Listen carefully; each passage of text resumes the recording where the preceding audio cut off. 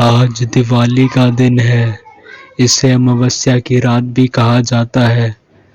काफी तांत्रिक इस दिन तंत्र विद्या करते हैं। कुछ लोग इस दिन सिद्धि प्राप्त करने के लिए तंत्र जाप करते हैं, तो कुछ लोग अपने स्वार्थ के लिए तंत्र जाप करते हैं। बुरा तांत्रिक जाप करके एक अतृप्त आत्मा को आवाहन करता है और उसे एक जंगल में छोड़ देता है। अब वो अतृप्त आत्मा आजाद थी। उस आत्मा ने तबाही मचाना शुरू कर दिया। अब वो आत्मा चीखने चिल्लाती और हंसने लगती। जंगल खत्म होने के बाद उस आत्मा को सामने एक घर नजर आता है। एक डरावनी मुस्कुराहट के साथ वो आत्मा उस घर के अंदर चली जाती है और एक औरत के अंदर प्रवेश कर लेती है। अब वो औरत बेकाबू हो जाती है। वो औरत अपने बेटे से कहती है, जा मेरे लिए खाना लेकर आ। मैं काफी सालों से भूखी हूँ। बेटा हैरान हो जाता है क्योंकि सबने थोड़ी देर पहले ही खाना खाया था। बेटा किचन से कुछ खाना ले आता है। वो औरत खाना देख खुश हो जाती है और काफी अजीब तरीके से खाना खाती है, जैसे जानवर खाना खाता है। बेटा माँ के सामने बैठा था। खाना खाकर वो औरत जोर से प्लेट फेंकती है और फिर अपने बेटे को ऊपर से नीचे की तरफ देखती है। अब वो उठती है, एक खौफनाक मुस्कुराहट देती है और छत की तरफ चली जाती है। बेटा अपने कमरे में चला जाता है। उस औरत का पति भी छत की तरफ जाता है। पति छत पर पहुंचता है तो देखता है कि वो औरत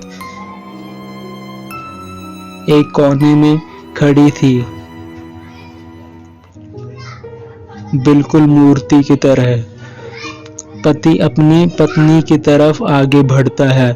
आगे बढ़कर उसके कंधे पर हाथ रखता है तो वो महसूस करता है कि उसकी पत्नी का शरीर बिल्कुल बर्फ की तरह ठंडा है। वो औरत पीछे मुड़ती है और गुस्से से कहती है, तुम यहाँ क्या कर रहे हो? मुझे अकेला छोड़ दो। पति उसके इस बर्ताव से चौंक जाता है कि मेरी पत्नी कभी मुझसे ऐसे बात नहीं करती, तो आज इसे क्या हो गया? पति नीचे अपने कमरे में चला जाता है। इस फैमिली में बस ये 3 ही सदस्य हैं। ये सारी कहानी दिवाली के अगले दिन की है। उस औरत के अंदर बैठी अतृप्त आत्मा अचानक गुस्से में आ जाती है। वो औरत तेजी से नीचे जाती है और गेस्ट रूम में खुद को बंद कर लेती है। फिर नीचे जमीन पर अजीब सी आकृति बनाकर शैतान की पूजा करती है। शैतान सामने आता है और कहता है कि तुझे इस घर के सभी सदस्यों की बलि देनी होगी।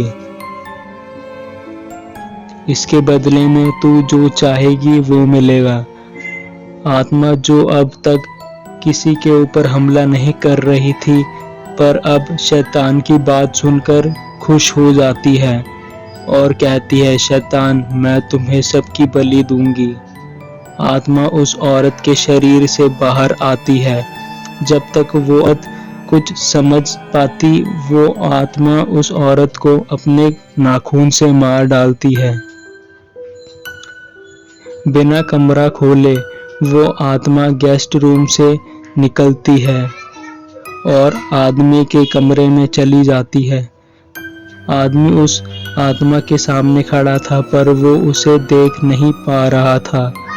आत्मा उस आदमी को भी मार डालती है और उस लड़के के रूम में जाकर उसे भी मार डालती है। एक ही रात में तीनों सदस्य की मौत हो जाती है।